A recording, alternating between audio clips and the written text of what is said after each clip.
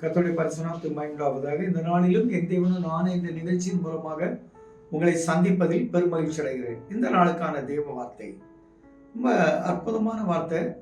உங்களுக்குள்ள தேவன் இருக்கிறார். நீங்க ஒதுக்கப்பட்டிருக்கலாம், புறக்கணிக்கப்பட்டிருக்கலாம், நிகழப்பட்டிருக்கலாம், அடிமைப்படுத்தப்பட்டிருக்கலாம், துன்புறுத்தப்பட்டிருக்கலாம்.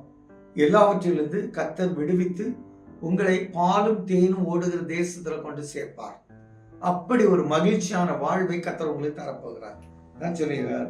வாசி கேட்போம். யாத்திரா 3 அதிகாரம் 12 வசனம்.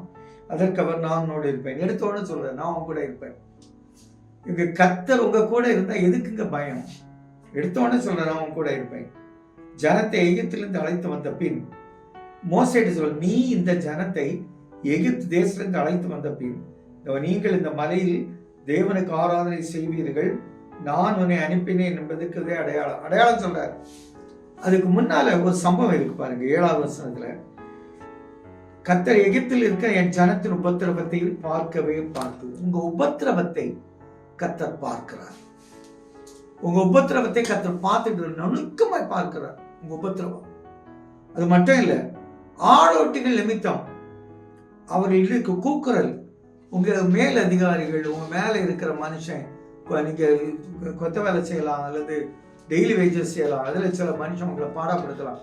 இதெல்லாம் நீங்க வேதனையில சொன்ன வார்த்தைகள் தேவ சமூகத்துல இருந்து எட்டிட்டு, அழகா சொல்லியிருக்க, தேவ சமூகத்துல இருந்து எட்டிட்டு கேட்டேன்.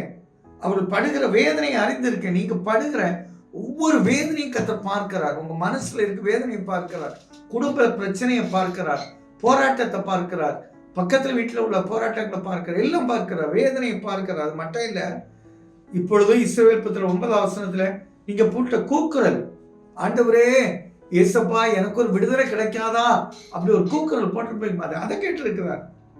அது தேவ சமூகத்துல இருந்து எட்டிட்டு. அதனால எகிப்தியர்களை விடுவிக்கிறதுக்காக அவர்களை ஒடுக்கிற எகிப்தியர் அவர்களை ஒடுக்குதலே கண்டேன். உங்களை ஒடுக்கிற சில மனிதர்கள் ஒடுக்கிறதையும் கர்த்தர் பார்த்தார். உங்களுக்கு விடுவிக்க வந்துட்டார். விடுவிக்க மோசே அனுப்புற. இதே போல யாரையாவது ஒரு பெரிய மனிதரை அனுப்புவார். அவர் உங்களுக்கு உதவி செய்வார். உங்களை பாலும் தேனும் ஓடுகிற ஒரு நல்ல உன்னத வாழ்வுக்கு கர்த்தர் கொண்டு போய் சேர்ப்பார்.